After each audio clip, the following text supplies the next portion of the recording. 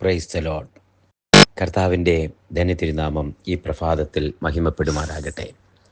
ആയുസ്സിൽ കാണാത്ത ഒരു പുത്തൻ പ്രഭാതം കൂടി യഹോവയായ കർത്താവ്, സൃഷ്ടിതാവായ ദൈവം, നമ്മുടെ ഉടയവനായ, നമ്മുടെ അധിപനായ ദൈവം നമുക്ക് വേണ്ടി ശേഷിപ്പിച്ച് ആരോഗ്യത്തെയും ആയുസ്സിനെയും തന്ന് ഒരു പുത്തൻ പുലരി കാണുവാൻ, ദൈവത്തെ മഹത്വപ്പെടുത്തുവാൻ നമുക്കിടയാക്കിയ കർത്താവിൻ്റെ മഹിമയ്ക്ക്, കൃപയ്ക്ക്, മഹത്വത്തിന് സകല ആദരവും അർപ്പിച്ചുകൊണ്ട് ഇന്നത്തെ വേദവചന ധ്യാന ചിന്തയിലേക്ക് നമുക്ക് പ്രവേശിക്കുന്നതിന് ആധാരമായി ഒരു വേദശകലം, ഒരു വേദവാക്യം വായിക്കുന്നു. ഉൽപ്പത്തി പുസ്തകം 24 അധ്യായം 21 വാക്യം ഇങ്ങനെയാണ്: ആ പുരുഷൻ അവളെ ഉറ്റുനോക്കി, യഹോവ തൻ്റെ യാത്രയെ സഫലമാക്കിയോ ഇല്ലയോ എന്നറിയേണ്ടതിന് മിണ്ടാതിരുന്നു.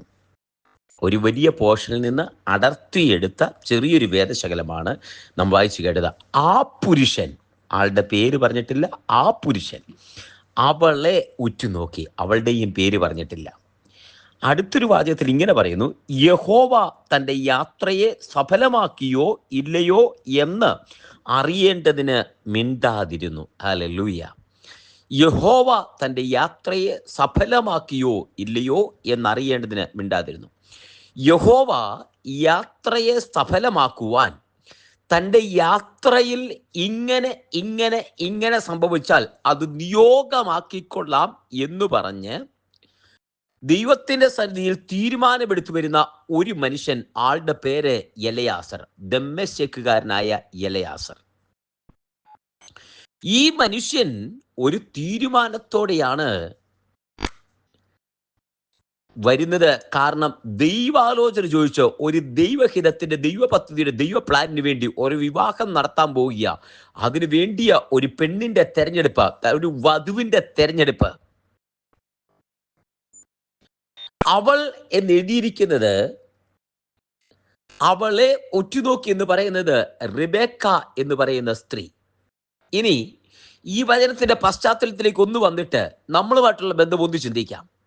അബ്രഹാമിന്റെ വീട്ടിലെ കാര്യസ്ഥനായ എലയാസർ ഒരിക്കൽ, അതുകൊണ്ട് അബ്രഹാം ഒരിക്കൽ പറഞ്ഞു, ഞാൻ മക്കളില്ലാത്തവനാണ് ആകുന്നുവല്ലോ, എന്റെ കാലശേഷം ദമ്മേശക്കാരനായ എലയാസർ എനിക്ക് അവകാശിയാകുമല്ലോ. ദൈവം പറഞ്ഞില്ല, കുഞ്ഞെ, നിന്റെ വാക്തത്വങ്ങൾ ഒന്നുപോലും നിറവേറാതെ പോകുകയില്ല. ദൈവമാണ് വാക്തത്വം പറഞ്ഞെങ്കിൽ നിവർത്തിക്കും. ദൂതൊന്നു പറയാം, ദൈവം തമ്പുരാൻ ദൂത് പറഞ്ഞിട്ടുണ്ടെങ്കിൽ മറ്റു സാഹചര്യങ്ങളെ നോക്കി നീ ഭാരപ്പെട്ടു പോകരുത്. ദമ്മേശക്കാരൻ എലയാസർ നിന്റെ അവകാശിയാകത്തില്ല. നിന്നിൽ നിന്ന് ഉത്ഭവിക്കുന്ന, നിന്നിൽ നിന്ന് തന്നെ പുറപ്പെടുന്ന, നിന്നിൽ നിന്ന് ഉത്ഭവിക്കുന്ന നിന്റെ വാക്തത്വ സന്തതി ഇസ്ഹാക്ക് തന്നെയായിരിക്കും നിന്റെ അവകാശി.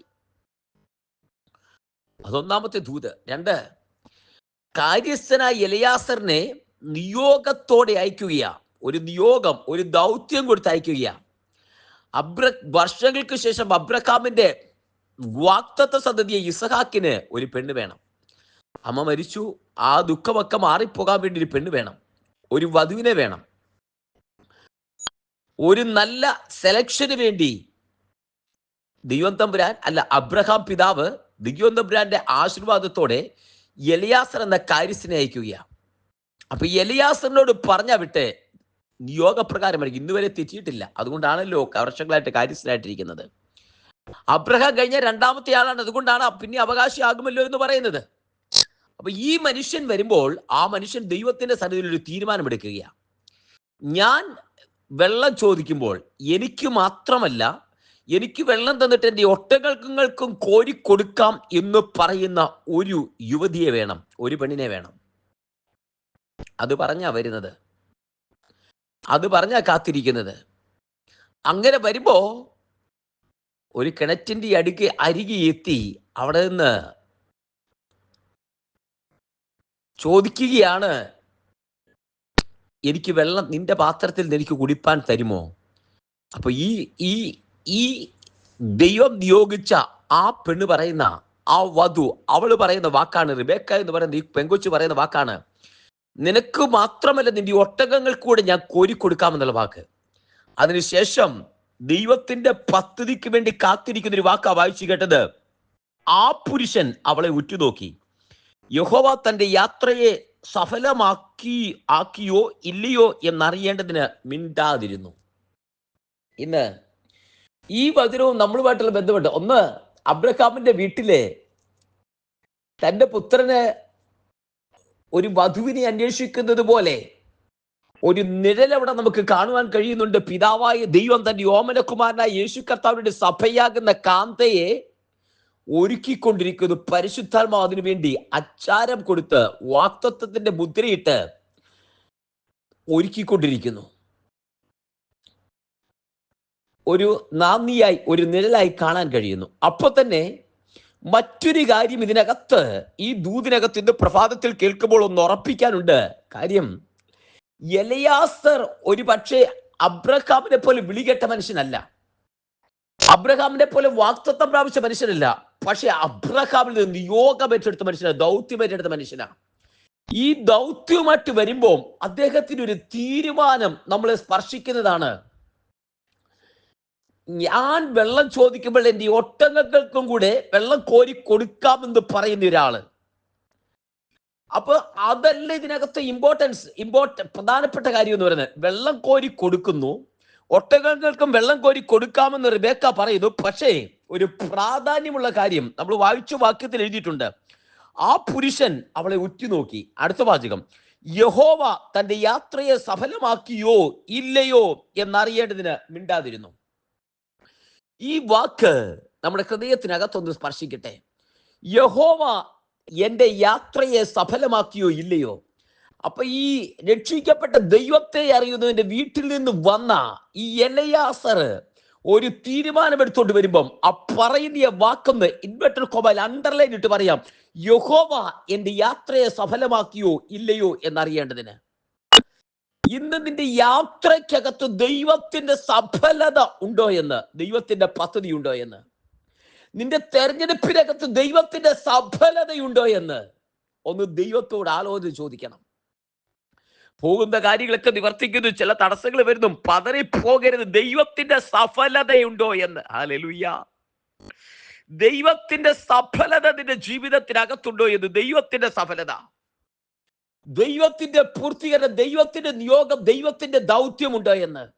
ഈ മനുഷ്യൻ ഒരു അന്യജാതിക്കാരനാ, പക്ഷെ പറയുന്നത് യഹോവ തന്റെ യാത്രയെ സഫലമാക്കിയോ എന്ന്. ഒരു നിമിഷം ഒന്ന് തിരിഞ്ഞ് ഒന്ന് നിശ്ചലമായിട്ട് ചിന്തിച്ച് നിന്റെ യാത്ര യഹോവ സഫലമാക്കുമോ? ദൈവ വഴിയിലാണോ നീ നടക്കുന്നത്? ദൈവത്തിന്റെ നിയോഗപ്രകാരം ആ നിയോഗത്തിൽ തന്നെയാണോ നടക്കുന്നത്? ദൗത്യത്തിൽ നിന്ന് അണുവിട മാറാതെയാണോ നടക്കുന്നത്? യഹോവ നിന്റെ യാത്രയെ സഫലമാക്കേണ്ടതുണ്ട്. ദൈവത്തിന് നിന്റെ യാത്രയെ സഫലമാക്കേണ്ടതുണ്ട്. ഹല്ലേലൂയ. യഹോവയ്ക്ക് നിന്റെ യാത്രയെ സഫലമാക്കേണ്ടതുണ്ട്. ദൈവത്തിന്റെ വഴിയിലാണോ കുഞ്ഞെ നീ നടക്കുന്നത്? ദൈവം നിന്റെ യാത്രയെ സഫലമാക്കും. ഇന്ന് കാണുന്ന വേദനയും, ഇന്ന് കാണുന്ന കഷ്ടതയും, ഇന്ന് കാണുന്ന ബുദ്ധിമുട്ടും തീർന്നു പോകും. നിന്റെ കഷ്ടത വെള്ളം പോലെ ഒഴുകിപ്പോകും. ജോസഫിനോട് പറയുന്ന വാക്കുകളാ. ജോസഫിനോട് പറയുമ്പോൾ കാരാഗ്രഹവും വേദനയും പൊത്തിപ്പേറിന്റെ വീടും അത് ഒഴുകിപ്പോകും. സങ്കീർത്തനക്കാരൻ പറയുന്നത് നിന്റെ കഷ്ടത വെള്ളം പോലെ ഒഴുകിപ്പോകും, ഒഴുകുന്ന നദി പോലെ അത് തീർന്നു പോകും. നിന്റെ യാത്ര സഫലതയിലേക്ക് എത്തും. നിന്നെക്കുറിച്ച് ദൈവത്തിനൊരു പദ്ധതിയുടെ അത് പൂർത്തീകരണത്തിലേക്ക് കൊണ്ടുവരും.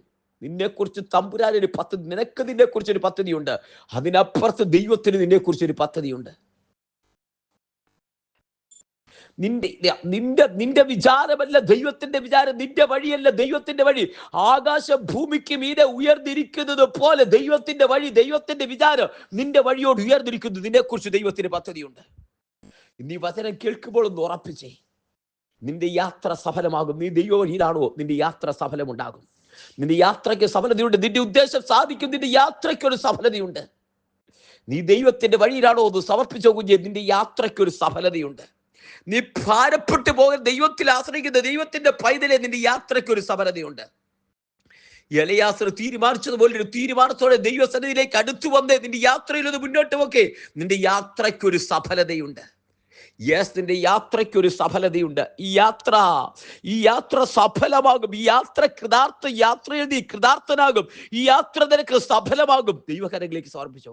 നിന്റെ വഴി യഹോവയ്ക്ക് സമർപ്പിക്കുക, അവനത് നിവർത്തിക്കും. സങ്കീർത്തനം പറയുന്നു, നിന്റെ വഴി യഹോവയ്ക്ക് സമർപ്പിക്കുക, അവനത് നിവർത്തിക്കും. ഇന്ന് ഈ സന്ദേശം കേട്ടുകൊണ്ടിരിക്കുമ്പോൾ നിന്റെ വഴി യഹോവയ്ക്ക് സമർപ്പിച്ചോ, ദൈവം തമ്പുരാനത് നിവർത്തിക്കും. ദൈവകരങ്ങളിലേക്ക് സമർപ്പിക്കാം. ഒരുമിച്ച് പ്രാർത്ഥിക്കുക. സ്വർഗീയ പിതാവേ, ഈ സന്ദേശം കേൾക്കുന്ന എല്ലാവരെയും അനുഗ്രഹിച്ച് പ്രാർത്ഥിക്കുന്നു. എന്റെ സഭയിലെ വാത്സല്യ പ്രിയപ്പെട്ടവരെ അങ്ങയുടെ നാമത്തിൽ അഭിഷിക്ത അധികാരത്തിൽ അനുഗ്രഹിച്ച് പ്രാർത്ഥിക്കുന്നു. ഒപ്പം കർത്താവേ, ഈ പ്രാർത്ഥന കൂട്ടായ്മയുള്ള സകലവരെയും സന്ദേശങ്ങൾക്ക് എല്ലാവരെയും അനുഗ്രഹിച്ച് പ്രാർത്ഥിക്കുന്നു. നിന്റെ വഴി യഹോവയ്ക്ക് സമർപ്പിക്കുക, അവനത് നിവർത്തിക്കും. പൂർത്തീകരിക്കുന്ന വഴി ഈ യാത്ര സഫലമാകുവാൻ പരിശുദ്ധാത്മാവ് കൂടെയുള്ളതിനായി നന്ദി. അങ്ങയുടെ നാമത്തിൽ ജനത്തെ അനുഗ്രഹിച്ച് പ്രാർത്ഥിക്കുന്നു. കേൾക്കുന്ന എല്ലാവരെയും അനുഗ്രഹിക്കുന്നു. ദൈവ വഴിയിൽ തന്നെ നടക്കട്ടെ, യാത്ര സഫലമാകട്ടെ. ആത്മാവിൽ ജനത്തെ അനുഗ്രഹിക്കുന്നു. പിതാവിന്റെ പുത്രന്റെ പരിശുദ്ധാത്മാവിന്റെ നാമത്തിൽ ജനത്തെ അനുഗ്രഹിച്ച് പ്രാർത്ഥിക്കുന്നു. യഹോവ പ്രാർത്ഥന കേട്ടതിനായി സ്തോത്രം. ഈ വഴി സഫലമാക്കുന്നതിനായി നന്ദി. കർത്താവ് കൂടിയിരിക്കുന്നതിനായി നന്ദി പറയുന്നു. തൃക്കരങ്ങളിലേക്ക് സമർപ്പിക്കുന്നു. പ്രാർത്ഥന കേട്ടിയാൽ സ്തോത്രം, യേശുവിൻ നാമത്തിൽ തന്നെ. ആമേൻ, ആമേൻ, ആമേൻ, ആമേൻ. കർത്താവ് എല്ലാവരെയും അനുഗ്രഹിക്കട്ടെ. ദൈവം കൂടിയിരിക്കട്ടെ. തമ്മിൽ കാണും വരെ കൃപയിൽ സൂക്ഷിക്കട്ടെ. നാളെ നമുക്ക് വീണ്ടും കാണാം. അതുവരെ ഗോഡ് ബ്ലസ് യു. കർത്താവ് ചെറുകടിയിൽ മറയ്ക്കട്ടെ.